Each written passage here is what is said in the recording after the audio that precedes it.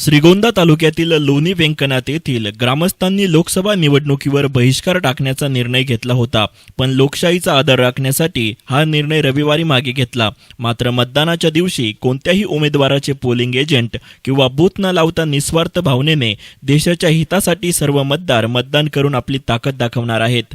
गुढीपाडव्याच्या दिवशी राजेंद्र काकडे यांनी मतदानावर बहिष्कार टाकण्याचा ठराव मांडला. त्यास धर्मनाथ काकडे यांनी पाठिंबा दिला होता. रविवारी व्यंकनाथ महाराज मंदिरात सभा झाली.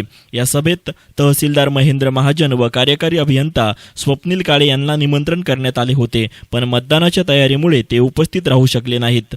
या सभेत राजेंद्र काकडे, संतोष जठार, एम.टी. शेलार, बाबासाहेब काकडे, सयाजी काकडे यांनी मतदानावर बहिष्कार कायम ठेवा असे सांगितले. त्याला बहुतेक ग्रामस्थांनी पाठिंबाही दिला, पण ज्ञानदेव नलगे, रावसाहेब काकडे व भरत नाहटा यांनी मतदानाचा हक्क बजावून पाण्याच्या मागणीकडे लक्ष वेधले पाहिजे अशी भूमिका मांडली. या निर्णयावर ग्रामस्थांनी शिक्कामोर्तब केले, पण ना पोलिंग एजंट ना बूथ अशा पद्धतीने मतदान करून लोणी व्यंकनाथकर प्रशासनाचे लक्ष वेधणार आहे. यांचं म्हणणं म्हणजे शेतकरी कसा भर पडून निघाला पाहिजे, तो कधीच वर आला नाही.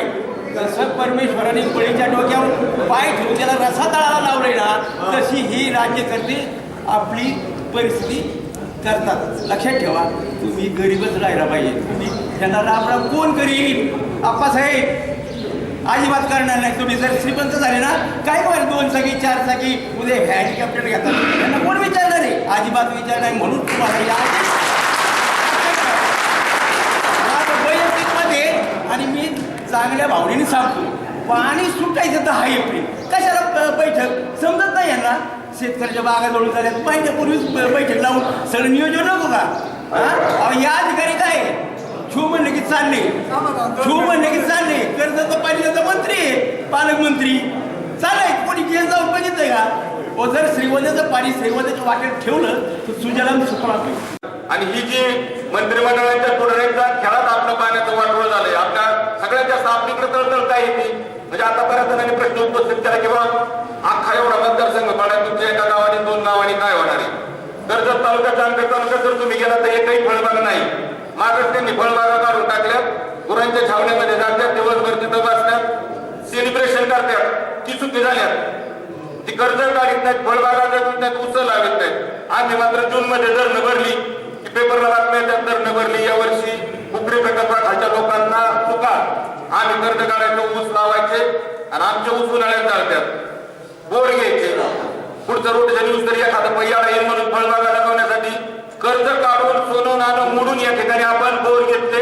8 दिवस 4 दिवस बोर चाललं, बोर बंद पडले. म्हणजे जर आत्महत्या करण्याची वेळ जर खरं आमच्यावर आली उद्या, तर सगळ्यात जास्त आत्महत्या या इरिगेशन भागात होतील. तर काय अशी परिस्थिती निर्माण झालेली. साधारण 6 तारखेला कुठे प्रकल्पातून पाणी चालू झाले. आज 20-21 तारीख आहे. 14 ते 15 दिवसात कुठेचं पाणी सुरू. 15 दिवसात पाणी गेलं कुठं? सगळे वयस्कर सगळे या ठिकाणी शासनाने दिशा दिली. पिंपळगाव जोगेमधून 400 एफटीचा जो मृतसार आहे, तो सगळा 4 टीएमसीचा जो मृतसार आहे, तो सगळा घेतला जाईल आणि येळगावमध्ये घेऊन 400 एफटी पाणी तुम्हाला दिलं